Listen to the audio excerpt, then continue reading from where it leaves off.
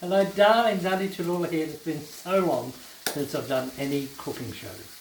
Tonight I've come dressed from the Emporium and I've been asked to cook a lovely winter stew. So that's what we've done. I've got a few little bits of it prepared up ahead of time. But first, my gin and tonic, chookers. Just love it, great way to start. So what I've did, I've gone up to our local butcher and I've asked him for some beautiful rump steak. It's nice and tender. I cubed it myself, which we're going to show you how, but your butcher will do it for you. But you can use a chuck steak, asking for a stewing steak, but if you want a really good steak, ask for a nice thick cut of rump steak. Here in our pot here, I've already got it cut up, the cube. You can see the cube size there, and that was actually 4 steaks. It's going to last us a couple of days, and we do have some visitors coming as well. Okay, now what we need to add to all of that now is some, I'm using zucchini. You can use any kind of vegetable you want. This is a little bit of a Maltese thing, so it's a nice zucchini, and we're going to put that on there. We've cubed them up. And we're going to cook them off just a little bit because they don't take too long. And then here, you'll see, we've got, I'm just going to empty that into the sink.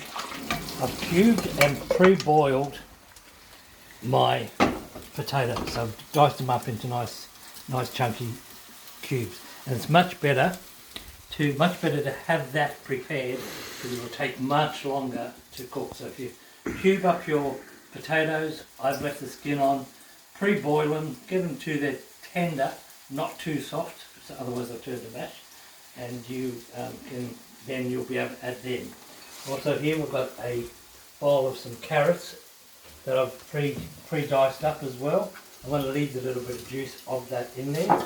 And we have some baby onions. I've cut them small and cut them in half, and we're going to put them in whole. Okay, we're going to make first a little gravy base to add to it.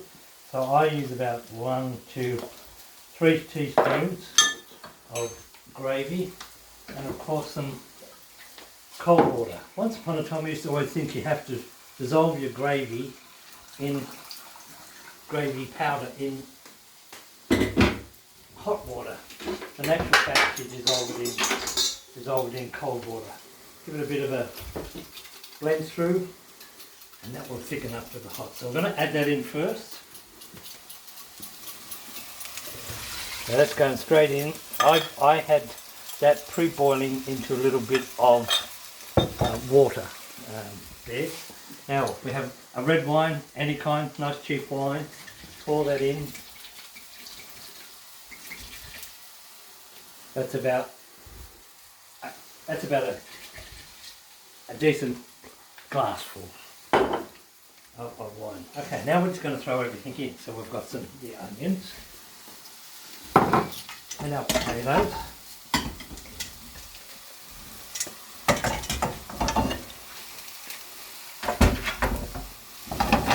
and our zucchini that we've fried off just a little bit. And pour them all in. There's nothing fussy about this dish. And then our carrots. All of that's gone in. And I'll grab a cloth here. Just going to mix that through so it all is going to take the nice flavour of everything that we've put into it.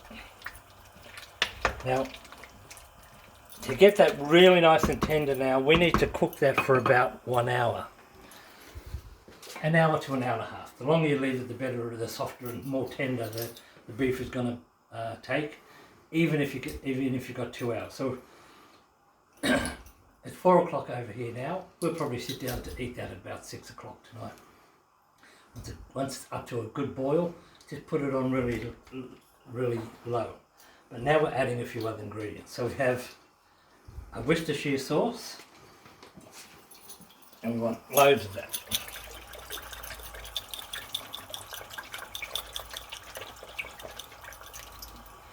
Then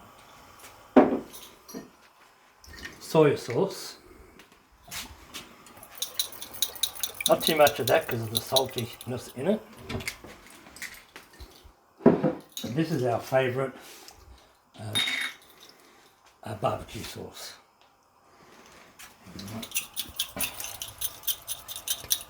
Now if you use a good, you can use your everyday barbecue sauce, you can use a whiskey barbecue sauce.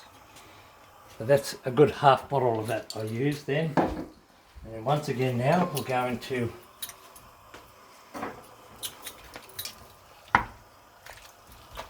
mix that through.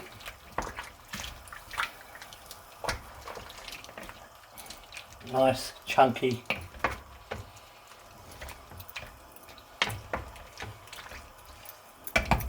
And that is it. There's only one thing left to do now, is wait 2 hours for that to cook. Have a few more gin and tonics, chukkas. And when we dish it up tonight, we'll take some photos and show you. So until next time, chukkas!